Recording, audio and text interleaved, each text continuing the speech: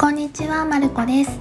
今回は災害時の猫用防災グッズについての紹介になります。私たちは和歌山県に住んでいることもあり、30年以内に 80% の確率で来ると言われている南海トラフ地震を想定して防災バッグを用意しています。私たちが住んでいるところには約30分で津波が到着するとされており、約5メートル前後の津波が来て、ハザードマップ的にはギリギリ耐えられるかどうかのラインの位置に住んでいます。しかし地震の震源地によってはそれ以上の津波が来る可能性もあるみたいなので、家にいた場合には高台、もっと高い建物、近くのホテルが高層マンション、地震が発生してから徒歩で15分以内に避難完了できる場所に避難することを予想しています。徒歩で避難するため、すべての荷物、人、猫の防災バッグ合わせては手で持てる範囲の重さと量で考えています。また住んでいる地域や避難時間、持ち家なのか賃貸かなど、各ご家庭によって状況は様々です。あくまでこれは災害が起こった際に我が家で役立つとされる防災バッグになります。同じように被災した場合をシミュレーションして必要なものを揃えるための一つの参考として見てもらえたら嬉しく思います。では紹介していきます。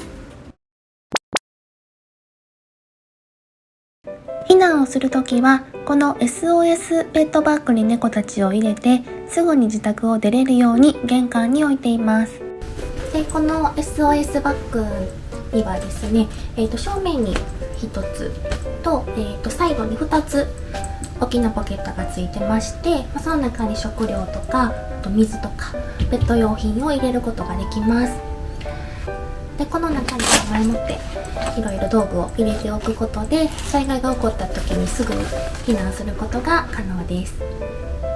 でこのバッグなんですけども、このいっぱい物が入るっていうのもいいところなんですけども、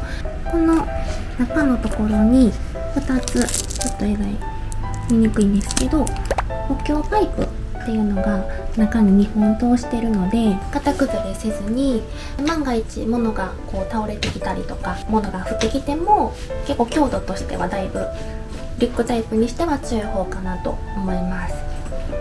では次に中身の紹介に移っていきたいと思います。でまずは、食料ですね。食べ物に関してなんですけれども、カリカリのタイプのとウェットのタイプと2種類入れてます。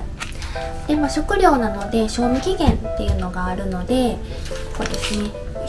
賞味期限があるので、年に1回ぐらいは入れ替えっていうのが重要なのと、あとどちらもですね未開封のものを準備しています。水はこの両サイドのポケットに1本ずつ入れてまして、このバッグには、2本ですね、1リットルの水を入れてます。災害があった時なんですけども、やっぱり物資の支援っていうので、必ずしもキャットフードとか、そういう猫ちゃんの食料とかお水とかペット用品の支給っていうのは受けられるかっていうとちょっと限らないので、少なくともだいたい5日分ぐらいは確保しておくのがベストかなと思ってます。うちは猫が2匹いるので、ちょっと5日分となるとちょっとこれは少ないんですけども、このリュックのこのポケットの大きさ的にはこれがちょっといっぱいいっぱいなので、別の人間用の防災バッグとかに猫用のご飯と水は少し入れる感じで予定をしてます。次が、食器ですね。ご飯とかお水を入れる入れ物になります。でこれは、100均で購入しました。でこっちがご飯用と、こっちがお水用っていう形で準備してます。でこう広げるとこんな感じでちょっと深いお皿になるんですけども、潰すとこんな感じでかなりコンパクトになるのでいいかなと思ってます。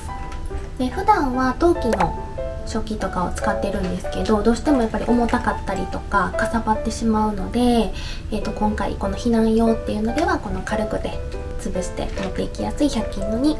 準備をしてます。なのでこの食器でも水とかご飯を食べられるように事前に準備しておくのは大事かなと思います。で3つ目が、療法食とか薬ですね。で災害の時はすぐに病院とかに行けない可能性がやっぱり高いので、猫たちの命とか健康に関わるものは必ず持っていくようにした方がいいと思っています。で今この子たちは全然健康なのでお薬とかそういう特別な食べ物っていうのはないんですけども、もしその災害があった時にお薬とかがあればですね、その常備薬とかであれば数日分をこういうポーチに入れておくとか、一時的に服用している薬とかがある場合は常にこの目に届くところに置いておいて、もし急に地震が来て避難しないといけないってなった時にもパッと持って出かけれるように意識しておくことが大事なんじゃないかなと思っています。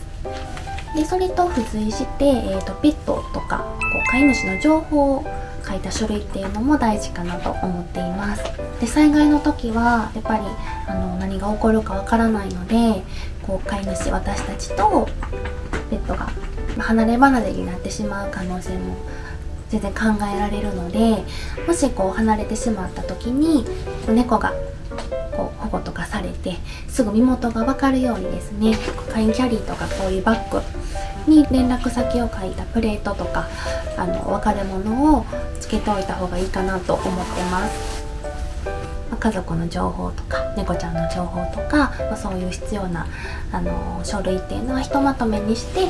カバンに入れておくのが分かりやすくていいかなと思います。でトイレ用品なんですけども、猫用のトイレ用品っていうのもやっぱり必須になってきまして、ご自宅に置いてるトイレ、よく使うトイレっていうのはやっぱり基本的にサイズが結構ものが大きいので、それを持って避難するって現実的にはちょっと厳しいのかなと思ってるので、災害用に持ち運びできる簡易トイレっていうのは用意しようと思ってうちは準備をしています。でトイレした後にその排泄物を処理する用品っていうのもこのカバンの中に入れてます。トイレをした後に排泄物を入れる袋で匂わな袋、これで匂いをシャットダウンするものなんですけど、このノンアルコールのペットティッシュも一緒に入れて、この2つでトイレの後の処理をする道具っていう感じでまとめて入れています。トイレ用品でもう1個、これですね、ペットシーツも一緒に入れてます。いつもと環境が違うと慣れないところでトイレもちょっとしにくかったりとかもする可能性があるので、先のシーツを引いて、でその上からトイレっていう感じで、もしちょっと漏らしちゃったりとか飛ばしちゃっても大丈夫なようにということで、一応シーツも置いてます。次は簡易キャリーになります。で我が家は猫が2匹いるので、このリュックちょっと中暗くて見えづらいんですけど、結構狭いです。普段からくっついて2匹一緒にいるんで、移動の時はこのリュック2匹でも多分問題がないんですけど、避難できた後のことを考えるともう少し広いスペースを確保してあげたいなっていうのが正直なところです。これはエゴイさんのやつです。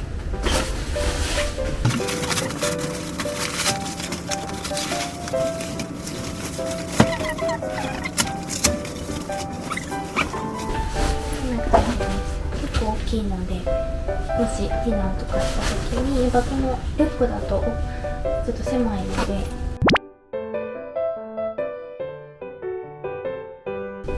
こんだけ大きかったらこの横にトイレ置いたりとか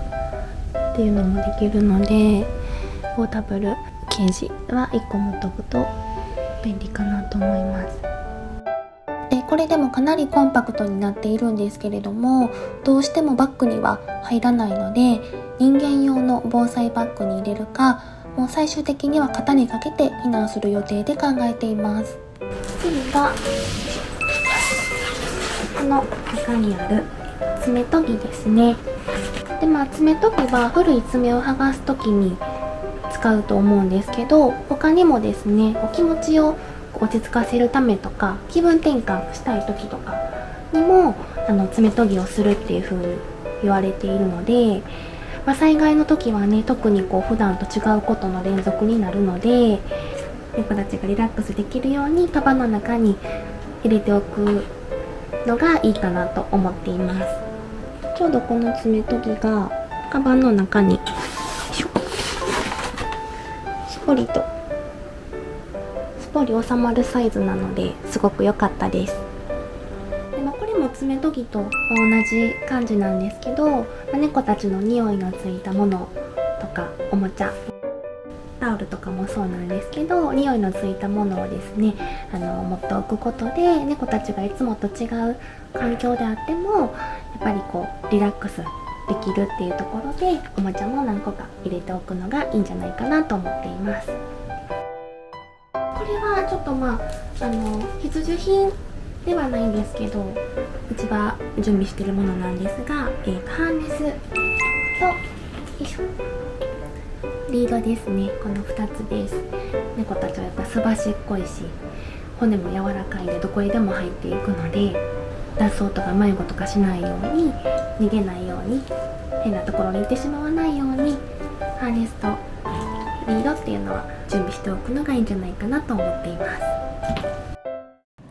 で、最後がシミュレーションやチェックリストになります。冒頭でも少し述べたんですけれども、住んでいる地域によって避難できる時間、一軒家か賃貸かなど状況は様々です。そのために被災した際にどう避難するのか、どういったケースが考えられるのかというシミュレーションをしておくことがとにかく重要だと思っています。防災グッズを準備して安心っていうところで終わるのではなくって、用意したものをどうやって使うのか、猫たちが実際に使ってくれるのかっていうのは事前に確認をしておきましょう。その他、ハザードマップは車に積んでおいたり、災害が起こった時にまずすること、優先順位を決めたチェックリストを準備しておくことが大切かと思います。以上が災害が起こった時に我が家で準備している必要最低限のものたちです。